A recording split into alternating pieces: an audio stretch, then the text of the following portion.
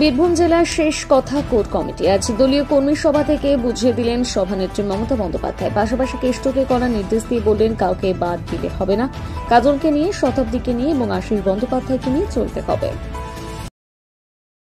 4 জন করে দায়িত্ব দেবেন যারা রেগুলার এসে বসলেন।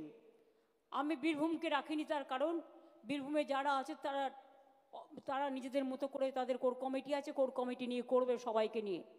কেষ্ট কাউকে কিন্তু বাদ দেওয়া যাবে না, কাজলকেও কনফিডেন্সে নিতে হবে, আশিস দাকে আর শতাব্দীকেও মাঝে মাঝে ডেকে নেবে। কাজেই সবাই মিলে করবে, বাদ বাকিটা জেলা ওয়াইজ। আর তোমাদের বর্ডার যেটা মুর্শিদাবাদের ভরতপুর মনে হয়, যেটা আমাকে ভরতপুরের এমএলএ বলেছিল। ভরতপুরের এমএলএ কি এখানে আছেন? বড়োয়ার এমএলএ বলেছিল। হ্যাঁ, তুমি বলেছিলে কেষ্টর কথা, তুমি কথা বলে নিও। বাদ বাকি জেলা প্রেসিডেন্টরা ইমিডিয়েট বুথের সাথে কথা বলে বুথ কমিটি করে কাজটা করবেন। এবং যে জেলা প্রেসিডেন্ট এটা পারবেন না, আমি কিন্তু সেখানে চেঞ্জ করতে বাধ্য হব।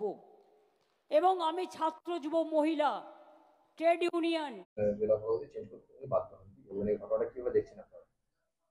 না, ঘটনাটা কিভাবে দেখছি এটা আমার আলাদা করে দেখার কিছু নেই, ওটা ওদের সাংগঠনিক ব্যাপার। ওরা কিভাবে দেখবে, কিভাবে করবে, সেটা ওদের ব্যাপার। কিন্তু মূল যে বিষয়টা সেটা হচ্ছে কেষ্ট এবং কাজলের যে লড়াই, এই লড়াইটা কি কেষ্ট কাজলের লড়াই না মমতা অভিষেকের লড়াই? লড়াইটা মমতা অভিষেকের। যদি মমতা অভিষেকের সঙ্গে নিজেদের বোঝাপড়া হয় তাহলে নিচেও বোঝাপড়া হবে।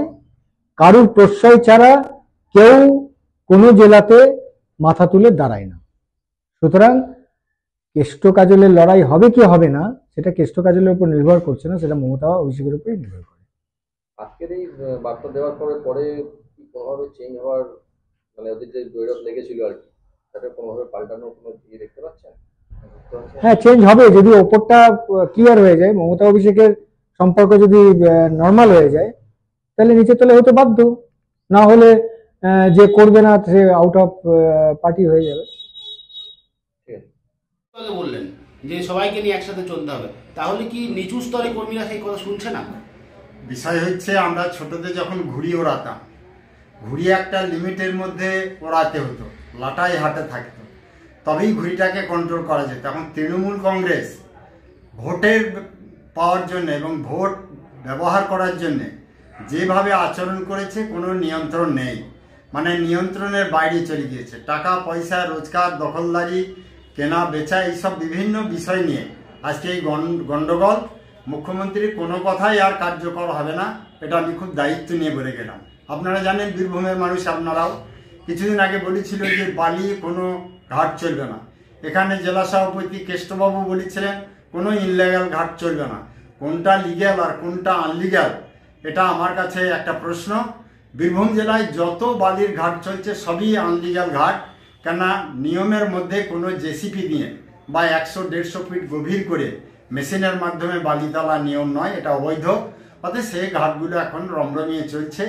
মানে মেন হচ্ছে টাকা ওদের কাছে যেতে হবে, পেতে হবে, তাহলে সব কিছু ঠিক আছে। আর তার জন্য যখন একটা শ্রেণী যখন বঞ্চিত হচ্ছে, তখন নিজেদের মধ্যে লড়াই, বোম মারামারি, খুনোখুনি হচ্ছে, এটা বড় কথা নয়। আর কিছুদিন পরে তৃণমূলের প্রত্যেক ঘরে এইরকম গৃহযুদ্ধ শুরু হবে, তার জন্য প্রস্তুত থাকুন। ঠিক।